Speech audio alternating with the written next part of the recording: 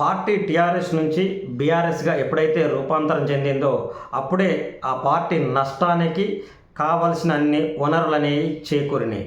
దానికి తోడు ఆ పార్టీలో విపరీతమైన అహంకారం ఉండడము, రాజకీయ నాయకులు ఎమ్మెల్యేలకు వాళ్ళ నియోజకవర్గం గురించి చెప్పుకోవడానికి ఏవైనా విషయాలుంటే అవి చర్చించే విధంగా వాళ్ళకు అపాయింట్మెంట్ దొరకకపోవడము, మంత్రులకు సైతం అపాయింట్మెంట్ దొరకకపోవడం వలన ప్రచారం అనేది చినిగి చాంతాడంత అయ్యి తీరని లోటు ఏర్పాటు చేసింది అని చెప్పవచ్చు.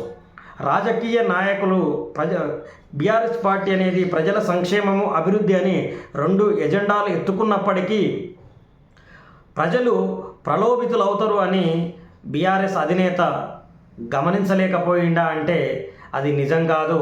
గమనించిండు కానీ బీఆర్ఎస్ అధినేతను, బీఆర్ఎస్ పార్టీని ప్రజలు తిరస్కరించలేదు. ఇక్కడ జరిగిందల్లా ఏ పార్టీ అయితే గెలుస్తుందో గెలిచిన పార్టీకి ఒత్తాసు పలకడం అనేది ప్రజలలో ఉన్న చాతుర్యము, చైతన్యవంతము. వాళ్ళు ఎవరైతే మిర్రున ఉంటారో మిర్రున ఉన్నోనికి నమస్తే పెడతారు, మిర్రుల లేనోన్ని కాలుతోందంటారు. ఇది ప్రజలకున్న అవలక్షణము, బెస్ట్ లక్షణము. దీనివల్లనే భారతదేశం అనేది ఇంకా డెవలప్ అవుతున్న కంట్రీగా మిగిలిపోయింది. స్వార్థపరులు డబ్బులు మూటలు సంపాదించుకొని విదేశీ బ్యాంకులలో దాచుకుంటున్నారు. ఇది ఎందుకంటే గెలవడం కోసం అప్పులు చేసి ఆ అప్పులకు 10 రెట్ల ఆదాయాన్ని చేకూర్చడంలో నిజంగా ప్రజలకు సేవ చేసే వాళ్ళను ప్రజలే దూరం చేసుకుంటారని చెప్పడానికి నిదర్శనమే మొన్న జరిగిన 7 నెలల క్రితం జరిగిన అసెంబ్లీ ఎన్నికలు కావచ్చు, 3 నెలల కింద జరిగిన లోక్సభ ఎలక్షన్లు కావచ్చు. ఈ 2 ఎలక్షన్లను చూస్తే తెలంగాణ రాష్ట్రంలో బీఆర్ఎస్ పార్టీ ఆల్మోస్ట్ నిర్వీర్యమైందని సాధారణ ప్రజలకు సైతం అర్థమైపోయింది. కానీ నిర్వీర్యమైనంత మాత్రాన పార్టీ తెలంగాణ రాష్ట్రంలో తుడిచిపెట్టకపోతుందా అంటే అది జరగదు.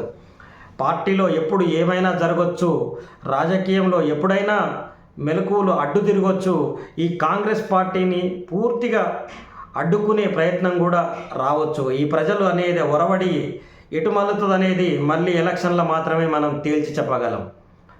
అప్పటి వరకు మాత్రం ఈ వలసలు ఆగవు. బీఆర్ఎస్ పార్టీ నుంచి ఈ వలసలను ప్రచారం చేసే మీడియా ఛానళ్ళు కూడా ఆగవు. ఇది ఒక టైంపాస్ ప్రక్రియలాగా భావించవచ్చు. ప్రజలకు మాత్రం కాంగ్రెస్ పార్టీ మేలు చేస్తుందా టీఆర్ఎస్ పార్టీ అంతా అంటే మాత్రం టీఆర్ఎస్ పార్టీ చేసిన దాంట్లో 5% కూడా కాంగ్రెస్ పార్టీ అందుకోలేకపోతుంది.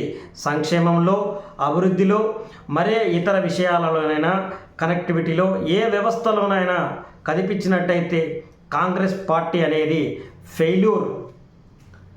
అధికారం కోసం ఎమ్మెల్యేలను వలసలకు ఆక్రమించి టీఆర్ఎస్ ఎల్పీని విలీనం చేయడం వల్ల వచ్చే ప్రయోజనం పార్టీకి ఏమైనా ఉంటుందో ఏమో తెలియదు. కానీ రాబోయే ఎలక్షన్లో మాత్రం ప్రజలు దెబ్బ కొడితే, ప్రజలలో చైతన్యం వచ్చి మళ్ళీ కాంగ్రెస్ పార్టీని ఒక దెబ్బ కొట్టిరంటే అది తెలంగాణ రాష్ట్రంలో తుడిచిపెట్టుకపోతుంది.